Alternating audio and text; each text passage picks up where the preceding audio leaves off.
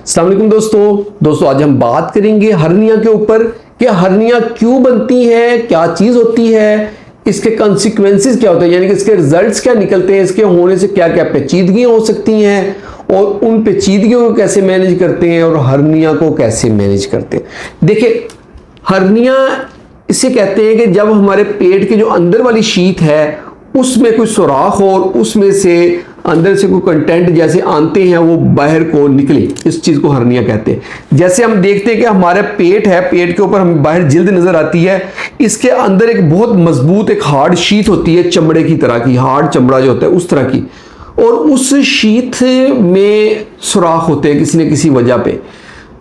जैसे अग्वाइनल है तो वहाँ से जो है ना टेस्टिस की जो नाली हैं वो जाती हैं, वो सुराख होता है।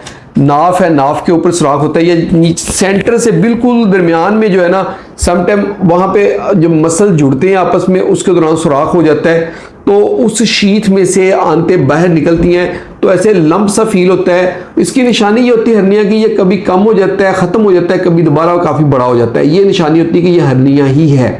तो इसका हम अल्ट्रासाउंड करवाते हैं तो अल्ट्रासाउंड में नज़र आता है कि अंदर आंतें पड़ी हैं। इसके लिए जो इलाज है वो सिर्फ ऑपरेशन ही है।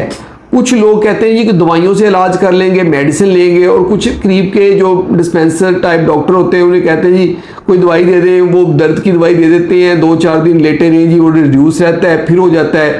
तो इस तरह के चक्कर में नहीं पड़ना चाहिए, इसका इलाज ऑपरेशन ही है, ऑपरेशन ही करना होता है। और इसके आगे इसका कॉम्प्लिकेशन क्या होती है? देखिए, इसकी एक कॉम्प्लिकेशन ये हो जा सकती है कि जब इसमें आंतें जो हैं हमारी वो आके फंस जाएं, और एक ऑप्शन होती है कि आंतें फंस जाएं फिर वापस ही ना जाएं और स्ट्रैंगुलेट कर दें, यानी कि उसमें ब्लड सप्लाई भी ख़त्म हो जाए। तो ये दोनों एक अलग-अलग चीज़ें हैं, लेकिन दोनों ही ख़तरनाक हैं। अगर आंतें आगे अंदर फंस गई या नहीं निकल रही तो फिर भी इसका ऑपरेशन करना होता है, और अगर ब्लड सप्लाई भी कंप्रोमाइज़ हो रही है तो फिर हमें उसका 4 घंटे के अंदर फ़ौरन ऑपरेशन करना होता है।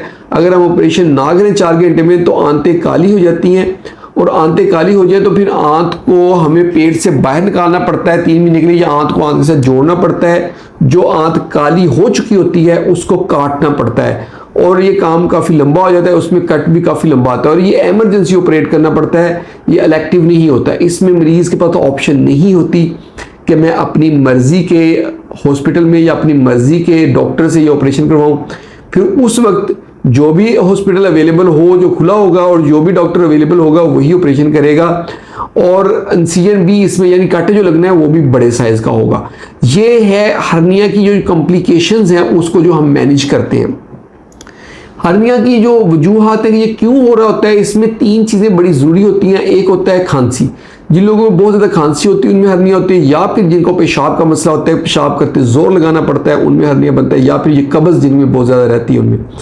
अगर किसी बंदे को ये तीनों चीज़ों में से कोई एक चीज़ है, या कोई इसमें से 2 या 3 चीज़ें ही हैं, तो उसको अगर हर्निया हुआ है तो उसे चाहिए इन तीनों चीज़ों में से जो मसला भी है उसका इलाज लाजमी करे, वरना हर्निया दोबारा हो जाएगा।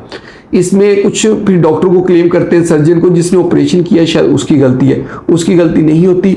इसमें प्रॉब्लम होती है कि मसला वहीं पे होता है। इसका ट्रीटमेंट जो उसकी लीडिंग काज है, जो वजह है, उसको ख़त्म करना होता है। उसको ख़त्म करेंगे तो हर्निया का ट्रीटमेंट होगा।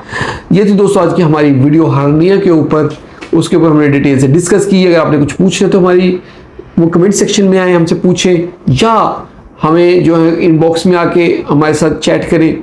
और अगर वीडियो अच्छी लगी तो उसको लाइक कर दें और इसको शेयर करें अपने दोस्तों के साथ, और हमारे चैनल को जल्दी से सब्सक्राइब कर दें ताकि आपको हेल्थ से रिलेटेड अच्छी वीडियोस मिलती